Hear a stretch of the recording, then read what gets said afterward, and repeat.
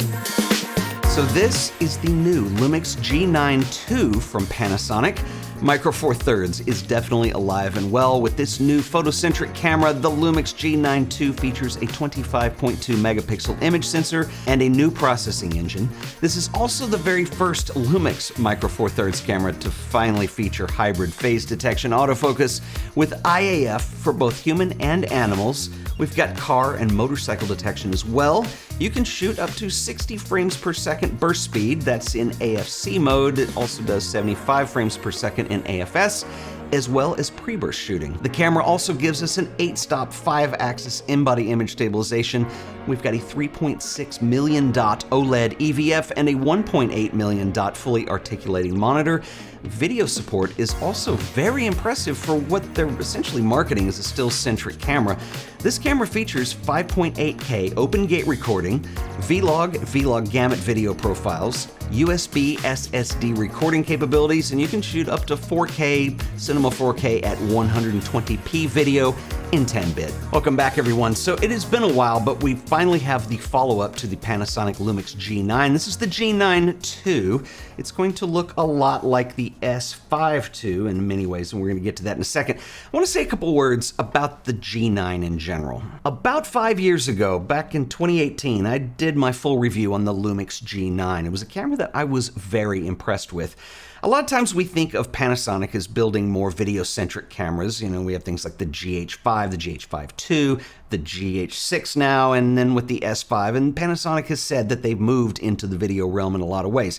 The G9, however, was a stills-based Micro Four Thirds camera, and it was really good. In fact, I went as far as to say that it was one of the better camera bodies to come out that year, and the only thing that was holding Panasonic back at that time was the lack of phase detection autofocus. And I think for stills photography, depending on what kind of a shooter you are, that was probably fine to use the DFD system if you didn't need a lot of continuous autofocus. And that was one thing that kept a lot of people from getting into that system.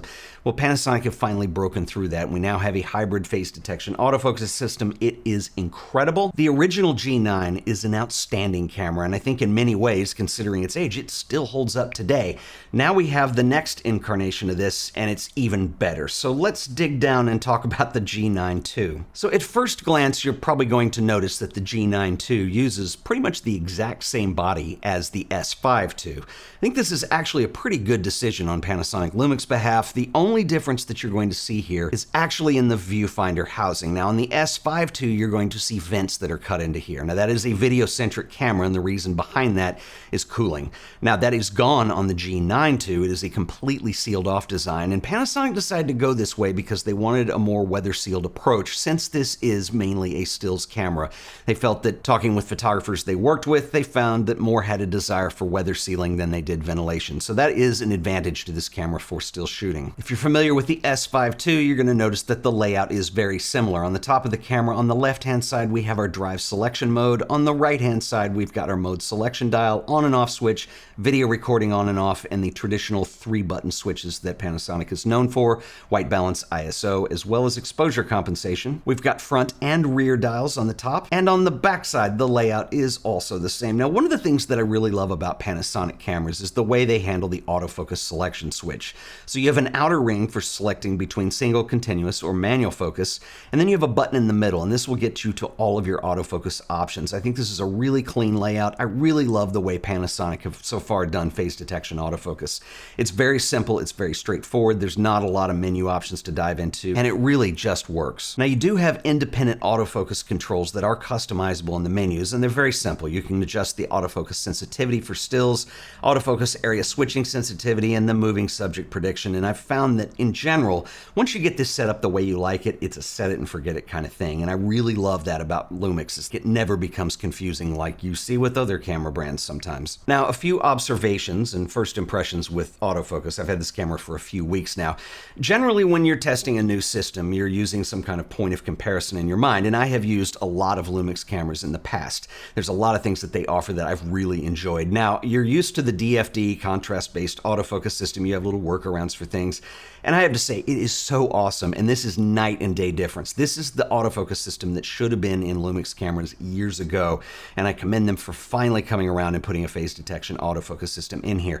It's very fast, it's very responsive, it's good enough to use in video finally. These are things that were very difficult before to work around, and it's just there now, and this is awesome. Now, as I mentioned earlier, Panasonic are positioning the G9 series as more of a stills-based series of camera. In other words, the priority is for the still photographer. That's not to say that it has bad video. The video specs on this are still way better than what you're going to see on most full-frame cameras. The fact that you can shoot up to 120 frames per second with no crop at all is pretty amazing. A lot of that has to do with sensor readout speeds, and as you know, the Micro Four Thirds sensor is much smaller, so it has a faster readout because of its physical size. So this allows us to do a lot more with it. Like, for instance, with the S5 II and just about all the other 24 megapixel sensors out there that are not stacked sensor configurations, the crop has to happen when you get into 60 frames per second, and it's a speed issue. And so you don't have that with these cameras. The ability to shoot open gate on these, in other words, you're going to use the entire sensor. The only drawback in terms of video on this camera, I would say, would be the fact that it is not ventilated, and they went with the option to make this more weather sealed, and so you might run into issues if you're trying to film for long periods of time. I have not tested that. I have shot a lot of video on here, but I haven't actually put it through the paces because it's absolutely boring and asinine to sit there for an hour waiting for this to overheat, and I have other things to do, and I think there's more interesting things about this camera. But I will say that's probably going to be the limitation. Like, the G9 didn't have Vlog, for instance. We've got Vlog now, so this is a very capable camera for video, and I think that that makes it a pretty good alternative for photographers who do want to shoot some video and do some hybrid stuff, and they can actually push it pretty far. I think they'd be very happy with this setup. The G9 did video pretty well. This one does it even better. It's just not a video-centric camera, let's say. Now, another point that I want to address, because I know this is going to be a question with a lot of people, is that we're using the same body design as essentially a full-frame camera with the S5 II. So what is the point of Micro Four Thirds? And this seems to be everyone's favorite argument.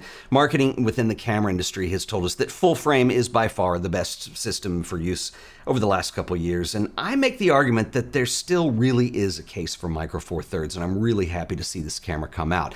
Now, a lot of people will say, well, what is the point of using what's essentially a full frame camera body for a Micro Four Thirds system, because isn't the promise of Micro Four Thirds to have really tiny cameras? Well, yeah, you could say that, but the problem with really tiny cameras is heat dispersion. And so anytime you're getting into video, if you're going to put, when you get into pro specs into a video camera, you want to have pro video performance, and having a camera overheat is a problem across the line for a lot of cameras. And so the body size might be bigger, but one of the arguments that I will make for Micro Four Thirds is that your lenses stay a lot smaller. Case in point. So Panasonic also released 3 new lenses today for this system.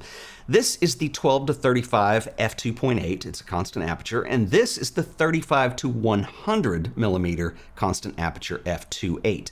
So think of this in full frame equivalence as this being a 24-70, and this being a 70 to 200.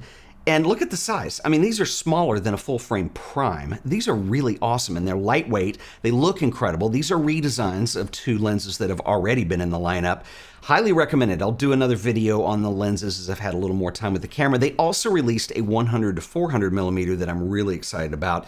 I don't have that version yet, but when I do, I will do a follow-up with the Micro Four Thirds lenses if you guys are interested. Some other major improvements over the original G9 in terms of color options with this camera. So we've got a new Leica monochrome photo style that looks really good. If you want a high contrast black and white look, this has been a lot of fun to shoot with. This does come out of the collaboration that Leica and Panasonic have together, and it looks really awesome. Now, we also have the new real-time LUT support, and it's just like we saw in the Panasonic S5 II. Now, what this allows you to do is it allows you to bring in your own LUTs, or color lookup tables. You can store these on the SD card. The camera will read them from the card. You put them into memory, and then you can select them for when you're shooting in JPEG.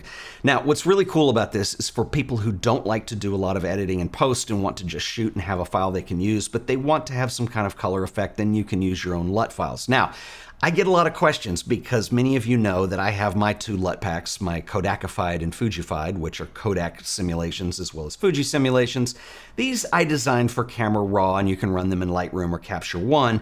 I've gotten asked quite a bit if I'm going to make these available for the Panasonic cameras that read the real-time LUTs. The short answer is yes, I am working on those right now. This is something that I've been really excited about as an option for these cameras.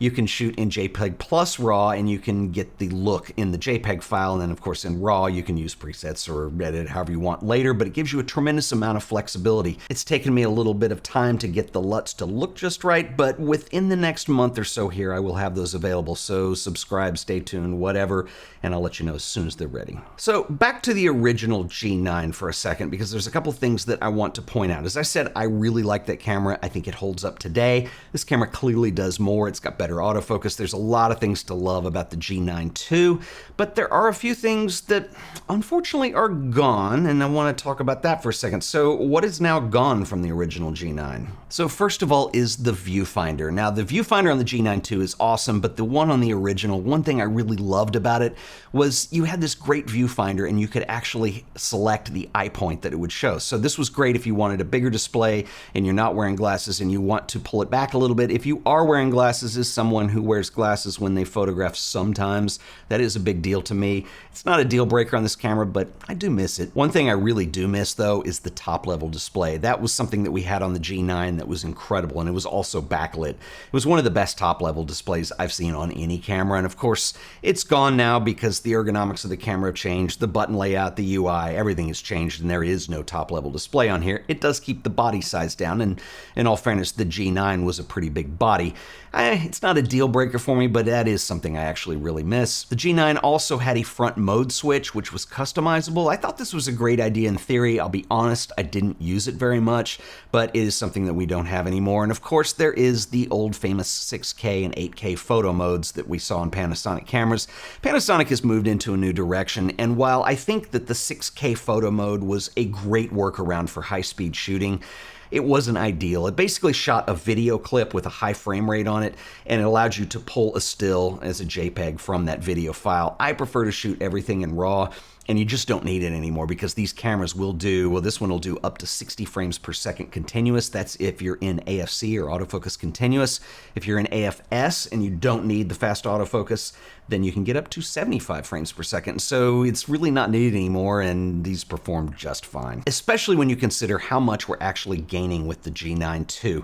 Now, again, I know that marketing in the camera industry will tell you that Micro Four Thirds is old school and you've got to be full frame to be cool. I don't know that I agree with that completely. As I made the case for in this entire video, there still very much is a use case for Micro Four Thirds. I'm very happy to see this camera come out. It's something that I still use in specific situations, and to get a big performance boost like this out of these cameras, when you consider a travel setup where you want to take a wide range of focal lengths and you don't want to carry a whole lot of stuff, I think when you combine these lenses with the albeit larger body, you still have a very compact and very portable system. Would love to know what you guys think. This has just been a first look at this camera. I will talk about it some more and do a full review as we've gotten into it a little bit, but I would love to hear from you, so drop me a comment below. Until the next video, I will see you guys then. Later.